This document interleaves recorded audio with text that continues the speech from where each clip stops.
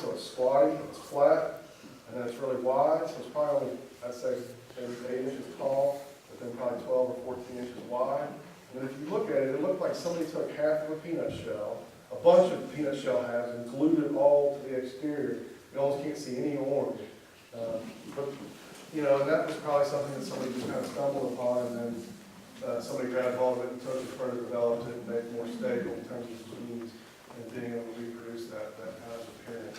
But I think it'd be pretty difficult to reproduce the King yellow mosaic virus appearance, especially if you've got any neighbors with grumpy curves as well. You probably wouldn't be real popular with that. Moving on to the next pathogen, one of the last that we'll touch on this evening are nematodes. Is everybody familiar with nematodes? So nematodes are parasitic roundworms. So they're microscopic. You can't see them with your naked eye. You have to look at them under a microscope. What you see within that slide on the right-hand side is just an enlarged diagram that shows you some of the different parts and components, the digestive tract, the mouth parts. And most nematodes have what look like a hypodermic needle that comes in and out. And what they do is typically is they'll puncture individual cells. So they're so small that they're not just punching arbitrarily in the plant, they're probing individual cells. There are foliar nematodes that affect the foliage, but we don't have those in the state of Kentucky, to my knowledge. And usually foliar nematodes are probably ornamentals, not vegetables so much. Mostly what we think of, or at least I think of when I think of nematodes that would affect vegetable crops, I think of nematodes affecting the root system. That's far more common. In the state of Kentucky, unfortunately, we have both types of root knot nematode. Root knot nematode, we have the northern root knot and the southern root knot. There are some varieties, say, of tomatoes that are resistant to the southern root knot, but they're not resistant to the northern root knot. Since we have both, you more than likely don't know which one you have. I can't walk in your field and tell you if you have northern or southern root knot nematode. You have 100 years of experience, I still can't walk in. This is not something that a person can do. So if you're looking at the lower right now, what you see is the bottom part of a muskmelon plant, cantaloupe plant. And you see all those nodules there? So all those nodules are actually the knot formed by the nematode. And so when it punctured, specifically the nematode, when it punctured the cell, it causes what they call the mother cell to enlarge. And it starts to enlarge and form these large knots. And then when the plant forms these large knots, the root system is compromised. Imagine imagine a garden hose. When you're trying to water, imagine somebody stepping on that garden hose almost all the way, so the flow of that water is reduced. It's the same concept here. The nematode has compromised the root system, so the flow of water up into the plant, the flow of nutrients up into the plant, is like somebody's constricted it essentially. And so oftentimes with nematodes, not only will you see the below-ground symptoms of the knots forming on the roots themselves, but you'll often see stunted plants or plants that are less productive. And I will say that nematodes are very challenging to manage, whether it be commercial or home garden. And honestly, if you find that you have nematodes in your home garden, most likely my recommendation is to find a new garden spot. And it's just really not a lot of practical. Now, anybody remember methyl bromide? Anybody grew tobacco in the past? We used to use methyl bromide for the tobacco transplant. When we used an open soil bed before they started using the flow trace system. My wife, she grew up on a tobacco farm. She remembers popping 1 pound canister of methyl bromide in the bed and carping that as well. Methyl bromide is very effective. It's also an ozone depleter and has since been taken out of availability. And not to mention it is extremely dangerous chemical as well. I kind of laugh at it now, thinking of my wife as a little kid popping the cans of methyl bromide. And when I used it in Florida, when it was still available, it was always mixed with chlorpicrin. You know what chlorpicrin is? It's tear gas. The reason you mix it with tear gas is because methyl bromide is colorless and odorless. You won't know that it's there, and that's why that tear gas has been put in there. So if you ever have a leak or a problem in your application system, you know that you need to get out of the present area. You are in danger. Hey, why did they take all the good stuff off the market? That's not a question I can answer. I did methyl bromide alternative research looking at non-chemical alternatives. Through the process of that research, they say that methyl bromide is an ozone depleter, and that's why the EPA wanted to remove it from usage. But as I did more digging in the literature, I found that the oceans naturally produce methyl bromide. Okay, so what is most of the world? Water, Three-quarters of the world is water. I'd say the majority of that is ocean. Sometimes I feel like people make decisions that don't really understand the full components of the system, what's reality, what's realistic. Because I would argue in my own right, with my own experience, that one impact of these humans having really was a little level bromide being used in vegetable production relative to what three-quarters of the world is producing in the ocean. But I digress, and that's maybe a little soapbox than anything. But I don't think I've got a good answer to your question. And I think some of the things that they took off the shelf probably they took off rightfully so. Other things used appropriately, I think Lindane was one of the best products for termite control in Florida. It will last 30 years, but it's a very dangerous product. But you're not going under your house in Florida because there's no basements in Florida because the water table is too high. There's no reason to be under there. But anyways. So if you turn to the next page,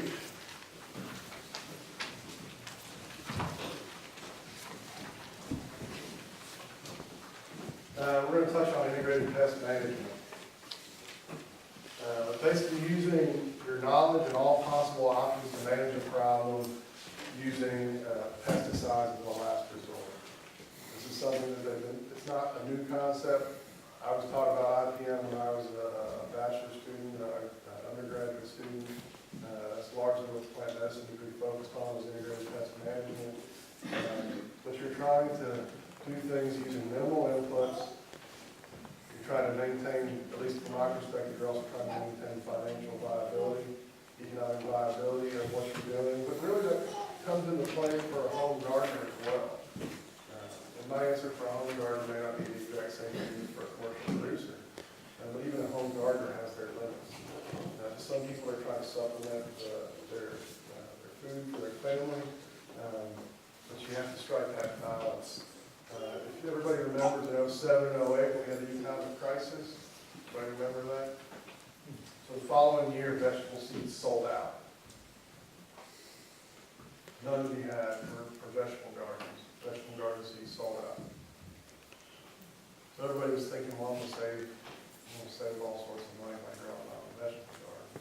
And depending on how you do it, because there's all different levels of it, but by and large, most of those people were fooling themselves. If you're vegetable gardening because you want to eat healthier, you want to get exercise, you want to spend time with your kids, your grandparents, your nephews, nieces, you want to teach people, teach kids about science, teach them about plants, teach them about where food comes from, those are all wonderful things. But I bet a few people with their sole purpose was they were going to save money. And I've done the math sometimes doing that. My wife would have a vegetable garden for our oldest son. He was 3 at the time. I grow about 5 or 6 acres of vegetable crops and research every year. I'm like, I don't want to do a garden. It's like, if you're an auto mechanic, you want to come home and change oil? Or if you're a hairdresser, you want to come home and cut hair? You want something a little different. But we did it because that was an educational thing for my son, and that's more what it was about. So I crunched some numbers, and out of 1 2-gallon pot with 1 tomato plant, I needed 50 pounds of tomatoes to break even. You're not going to get 50 pounds of tomatoes on that. But like I said, there's all varying levels of gardening. There's very small gardening where the square footage would be any bigger than this table here. Then there's some folks that say they've got a garden that's an acre.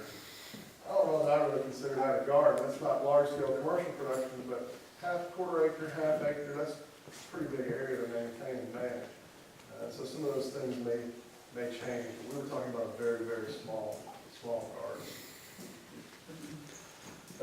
But looking at IPM, we're thinking about scattering for pests. I mentioned that before.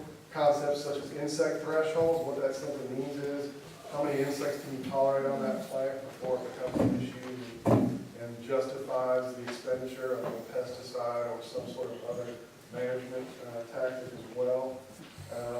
I also use weather-based disease forecasting for commercial producers and myself as well.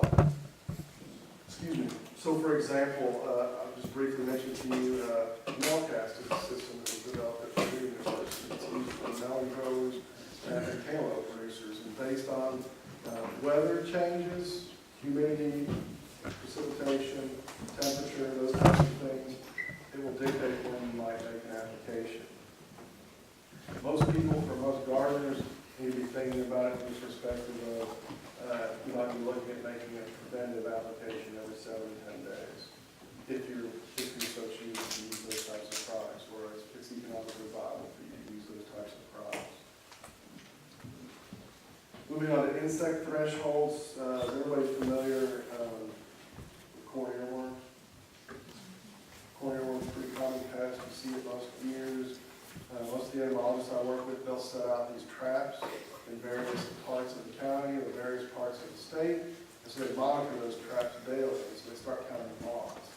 And so once they start seeing 10 moths caught per night, that means that the threshold is up high enough and it's time to make an application on your corn, whether it be grain or sweet corn. Let's move on to disease management strategies using the disease triangle. So if you remember, the disease triangle had 3 components. It had conducive environment, susceptible host, and also a pathogen. And so how can we impact any one of those things? So one of those is susceptible host. Well, you can find some vegetable varieties that have resistance to certain diseases. So for instance, if I was going to grow cucumber or if I was going to grow pumpkin, I would be looking for a variety that has powdery mildew resistance. In the state of Kentucky, particularly in this area of topography we have, with the valleys and things like that, where fog will stay, it's not a matter of if you're going to get powdery mildew on your cucumber crops, it's just a matter of when you're going to get it. And so, one of the best things you can do to help you with that, maybe to reduce or minimize the need for fungicide sprays, is to have a variety that's resistant. There's a publication known as the IE 128, and that's the Home Vegetable Gardening Manual through the University of Kentucky. And so within that, it will have varieties listed for different crops you might be interested in. And oftentimes in there, it will also indicate if there's any disease resistance as well. So we talked about managing host disease resistance or susceptible hosts. So let's talk a moment about managing the pathogen. So we talked earlier about reusing trays versus not reusing trays. So sanitation is big. So if you can keep things clean and neat, or you can clean them from one season to the next, that's one means of dealing with the pathogen. You can start with clean propagation materials, certified seed, certified slips for potatoes, those types of things to know that they came from a disease-free production facility. And then, as far as managing the environment, the open field is a little bit more difficult, but there are a few things you can do. Sometimes fall tillage can help certain soil-borne disease issues. Rotating crops is one of the biggest ones. I know oftentimes it's difficult for the home gardener because they put their garden in the same location every year. And for some reasons I understand why a home gardener would want to do that. But if I can push you at all, if you have the option and the ability, to move your garden around your piece of land, you're going to be much better off for the long haul. There's certain diseases and certain pathogens that you get in the soil, they're very long-lived. And from a gardener's perspective, there's really not a lot of economical ways to manage that. And some of these kind of economical management for commercial reasons. For example, cereal and watermelon can survive in the soil for over 10 years. You can grow all sorts of non-susceptible host plants for several years. Plant a susceptible host for a watermelon, and it's right there just waiting. They're biological organisms. They've been evolving and they've found ways to survive from one season to the next. I mean, that's all that we're trying to do is survive one season to the next. It may be a different perspective, but it's all the same thing. Let's touch on arthropod pests for horticultural crops. So, I want to go over just some basic things, just the structural components, understanding an insect and things of that nature. And you say, well, why do I need to know this? Well, if you call your county agent or somebody else at Extension, they're often going to have questions. And it's great nowadays that we have cameras on our phones, we can take up close, and even the iPhones now can take pretty good pictures up close, much better than what cameras on phones did even 6-7 years ago, which they really get into. But you want to talk the same terminology. You want to have an understanding of what it is that you're looking at. And if you go over some of these things, you can have a better idea. So most all insects have a hard exoskeleton. So what does that mean? Okay, well, we have bones within our body. That is our skeletal system. It gives us the structural support for the muscles, the ligaments, the tendons, etc. Insects are different. They have an exoskeleton, so they have a hard outer shell. At least I should say that adult insects. You have a few examples that don't fall into that category, like aphids or soft-bodied that we talked about earlier. They don't really have a true exoskeleton. They're much more soft-bodied individuals. So you have the hard exterior, and then if you look in the upper right, we're breaking down in segments. So insects have three primary segments. They have the head, they have the thorax, which is the middle section, and they have the abdomen. Sometimes it's hard to tell, but if you ever look at an insect closely, the legs and the wings are all arising from the thorax. They're not arising from the abdomen, and of course they're not arising from the head either. They're arising from the thorax. So you get the wings usually mounted on the top, and then you've got the legs mounted underneath on the bottom. Most insects are what we call bilaterally symmetrical. Like I'm bilaterally symmetrical. If you take a chainsaw and cut me in half lengthwise, usually the left half is the same as the right half. I mean, yeah, maybe my thumb is a little bit longer than my right thumb, but for the most part, we're bilaterally symmetrical. We're the same left to right. And most insects are going to have one pair of antennae. And so antennae are a sensory organ which helps them kind of decipher their environment. And one of the other reasons I got really interested in insects just as a kid, as I grew older, just some of the things you learn that they're capable of. So for instance, butterflies, when they land on a plant, they're sensing the plant, trying to figure out what plant it is and if it's an acceptable location to lay eggs. So in essence, you know, when we think of taste, we think of using our tongue, right, and putting something in our mouth. Well, a butterfly has these receptors, chemoreceptors on their feet, that they can actually, quote, taste the plant and try to decipher the chemistry of the plant to know if that's an acceptable place to lay the eggs. And then in the lower right, what you see in the first image on the left of that is, we're looking at mouth parts, but specifically you're looking at a spotted cucumber beetle there. And so you might think a lot of spotted cucumber beetle might be relevant to that, based on a few of the things we talked about, based on something that they What? The reason that's important is that's what's transmitting bacterial wilt. Bacterial wilt is not one that's being blown by the wind. Bacterial wilt is actually being spread by the cucumber beetle. So what happens is the cucumber beetle is carrying the pathogen, carrying the bacteria, and then they start chewing on the plant, and then they'll release their excrement, and the bacteria will be in the excrement. And then any place they've been chewing and excreting, that bacteria in the excrement will get into the plant. That's one of the differences between fungi and bacteria. Most fungi have something that's called a penetration peg. So once the spore lands on the leaf, it actually has a little a peg, kind of like a jackhammer, if you will, that will actually puncture and penetrate into the plant. Where bacteria don't have that ability. They have to come in through a wound or a natural opening. Has anybody heard of the term stomates or stomata? So the stomates or the stomata are on the underside of the leaves predominantly. And that's where the gas exchange is occurring. So we know that plants take in CO2 and they give off oxygen.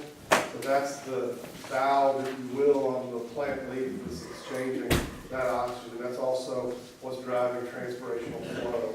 So when those stomates are open, the water is coming out, be it in a gaseous form. And when it comes out in a gaseous form, that's driving the system and pulling water up into the roots.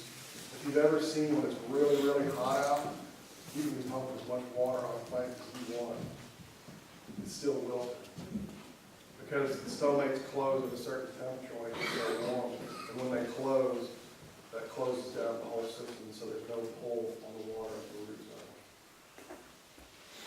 zone. What you see next to the cucumber beetle is an aphid under an electron microscope.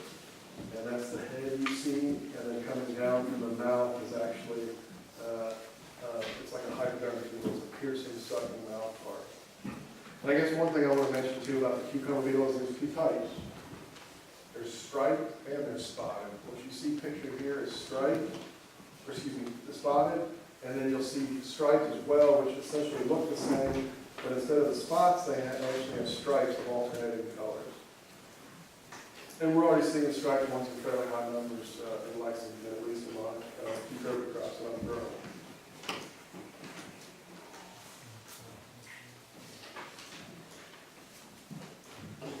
So next, we're looking at tomato hornworm as an example of chewing off parts.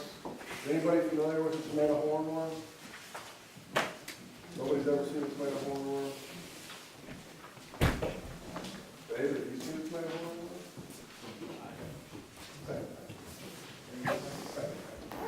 Same thing. Same thing as the back of hornworm. So if you've seen that, you know how large they can get. I mean, they can get up to probably 4 inches in length and probably maybe half to 3/4 of an inch in diameter.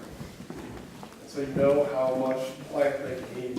Those individual caterpillars can devour a plant fairly quickly. Cutworms don't matter. Cutworm is much smaller. At this largest size, it's probably only about that big, where a hornworm is probably that big and probably bigger out of the plant. Yes, sir. Essentially the same. So if you're familiar with tobacco hornworm, it's going to be the same thing essentially as a tomato hornworm. Very large green caterpillar. They start out very small, and they blend in very well on a green plant. Go figure. And so they're. I mean, I usually see the feeding damage or the excrement before I see the worm, and then you have to start hunting for the caterpillar itself to find it. And there's a very simple way to manage hornworms. In a home garden, if you've got a very small garden, you could manually, physically remove them by hand if you only have a few. But there's a product known as BT. It stands for Bacillus thuringiensis. That's a bacteria, a beneficial bacteria, and it produces a toxin. Well, they've sequestered this toxin from Bacillus thuringiensis, and it's a gut toxin, meaning it affects the midgut of the caterpillar. And one thing about BT, which is nice, is that it's very specific. So it's not going to affect beneficial insects. It's not going to have a negative impact on the positive insects that may be predating the parasitoids. But it does work differently than most insecticides. Most insecticides are contact, kind of like a gun. You have to shoot them with the gun, hit them with the bullet, or the die. Well, BT is different. You spray BT over the foliage, they start chewing on the foliage, and they get the toxin in their gut, and then they die. But I've used it both in greenhouses, high tunnels, open fields, had very good luck with it. There's organically approved versions of BT and non-organically approved, so if you're trying to do things organically, you can use BT in that system, and I think it's been very effective.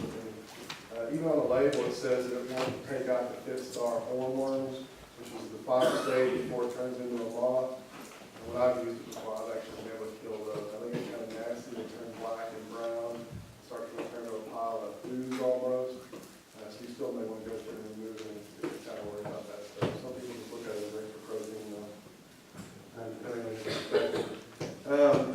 Looking in the right-hand side, so once you see the moth actually has a cycling mouth part. It's kind of like a straw almost.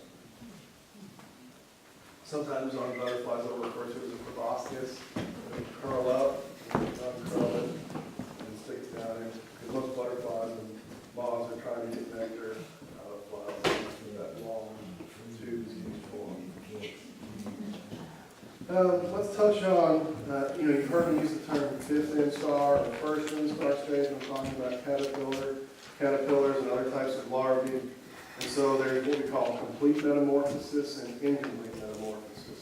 So since I've been talking about caterpillars, butterflies, and moths, that's an example of complete metamorphosis, meaning that the immature stage looks completely different than the adult stage. So the immature stage is the caterpillar, the adult stage is the butterfly or a moth. Looks completely different. And if you look in the lower right, you can see that you have an adult butterfly will lay an egg, the egg will hatch, and you'll have a little version, which is what we call 1st instar usually, and you have 2nd, 3rd, 4th, or 5th, depending on the species. And in those instars, they'll essentially look the same. They just keep getting bigger and bigger. And then when they finally finish, then they'll form a cocoon, pupate, and they'll be kind of off. or butterfly. I often think of that one because I read my 2-year-old so often, Very Hunted Caterpillar, which is the kid's book, which talks about that, and it goes through different stages. And then moving on to the other type of metamorphosis, incomplete or simple metamorphosis. It's essentially where the immature looks essentially identical to the adult, with a little bit of changes. So the size will usually be smaller, and typically the immature stages will not have fully formed wings. It's not until it gets to the final adult stage that it has fully formed wings. So what you see in that image is a small grasshopper. You see it enlarging and getting a different size, and so when it's smaller, it looks essentially identical to the adult, but it does not have its fully formed wings. I know most times you think grasshoppers they jump, but grasshoppers do in fact have wings and they will fly as well. Talking about some insect management.